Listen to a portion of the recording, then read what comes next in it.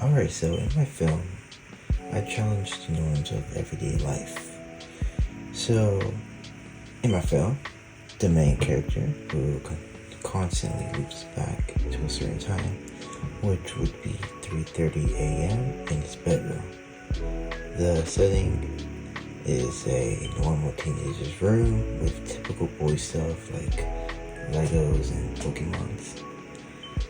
And so for the costume, I made him wear a yellow shirt with black shorts and white socks. However, the yellow shirt was inverted, which an inverted shirt would be considered like out of the norm. It would be not normal, which perfectly depicts what the film is addressing, which is something is not normal in this quote-unquote normal life. And for my film, I did grab some inspirations from books and light novels. The first one was the story The Yellow Wallpaper, which is the story of a woman who cannot leave her room. And the yellow wallpaper around her in the room is causing her to descend into madness over time. And another inspiration is from the light novel called Ray Zero. This is a story of a boy who gets teleported into a fantasy world. Everything seems normal until he dies. Weirdly enough, he teleports back to a certain time where he was alive, and the cycle continues to repeat over and over again. The reason for this is from an entity that's beyond space and time, and not really similar to the yellow wallpaper, but both of these characters are being controlled by someone who has superior power over them, which connects to my film as well. And what my product engages is those who are interested in supernatural or science film, science fiction. And for those who are interested in science, the film's name, of course, refers to the logician Gödel, who is a famous logician and mathematician who has created several theories, many theories based on science, quantum science, and just like loops. And those who are interested in the supernatural genre would also be interested in my product, because the antagonist of the story is something that we cannot see, or we cannot explain or understand. After all, these entities or beings are beyond our 3 dimensions. This makes the story even more interesting and engaging for audiences, because it could generate several theories on what is causing these loops to occur. Additionally, those who appeal to the 2 characters slowly descending to madness would be interested in this film. For example, those who are interested in characters such as Patrick Bateman from American Psycho and DC's The Joker. If you're interested in those 2 characters, you'd like to be interested in my product. And when it comes to what MediaTek my product would be distributed, I believe it would be a TV show. And the reason why is there's lots of lore behind the story, and lots of theories that could be explored upon, such as who are these, or who is this entities that are potentially creating these loops for the protagonist, and will the character keep his sanity, and if so, how could he break free from this loop? And another one is, what is causing these loops to occur? All of these questions could broaden the story into a complex and intriguing TV show. And throughout my film, the film process, my production skills have definitely improved compared to previous films.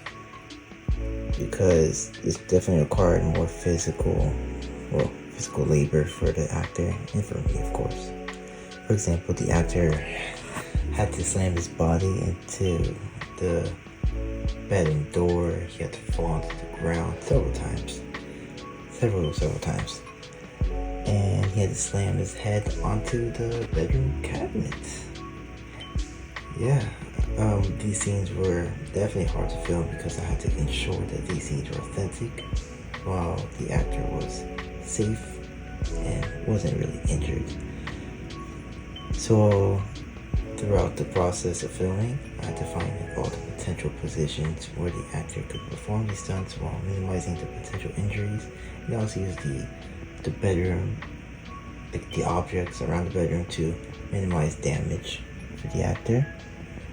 Furthermore, in order to make the process of filming much easier, I put tape throughout the bedroom to position my camera and to position the actor. For example, I put tape on the exact position where the actor would fall onto the ground, where the actor would reach into the door to grab the door and the doorknob. I also put a tape where the camera would capture both leaving the bed and falling onto the floor. This took a while to get because of the amount of space I had in the room, which was very little. Additionally, I had to make the transition between the scenes seem seamless. Fortunately, I didn't have to remove any parts from the opener. Rather, I was allowed to add more to it, actually, making it more engaging and adding more depth to the tone of the story and what the whole story was, the message that being received. For example, originally for the third loop, I made the actor simply punch the ground and proceed to laugh. However, I changed it because, it just wasn't as intriguing or just interesting for both the audience and for me. So I changed it for him, for scenes where he was mumbling words and proceeding to look confused. He was grabbing his hair, looking around, looking insane. And to make him appear insane, I made him hit his head on the bedroom cabinet and then proceed to laugh. It's definitely... and also added a lot more Dutch angles to the scene of the camera getting closer and closer, which adds more uneasiness and adds a sense of insanity for the scenes. When it comes to technologies, of course, I set my camera in certain positions on the ground using the tape. And also, for the hallway scenes, I used the floor tiles, which, perfectly enough, the floor has lines intersecting. And so, I positioned the tripod on the center where the lines were intersecting, which made it very easy. It didn't require tape. Also, I used the tripod. In fact, my tripod was able to increase and decrease in size and rotate, which made it very easy to film certain scenes, such as the low angle scenes. I could simply lower down the size of the tripod and angle it, which made it just very, very easy. And when it comes to doing my high angle shots, for instance, I actually used the furniture around me to increase the height, and I used the tripod's height as well to film these shots. Which made it very, very helpful.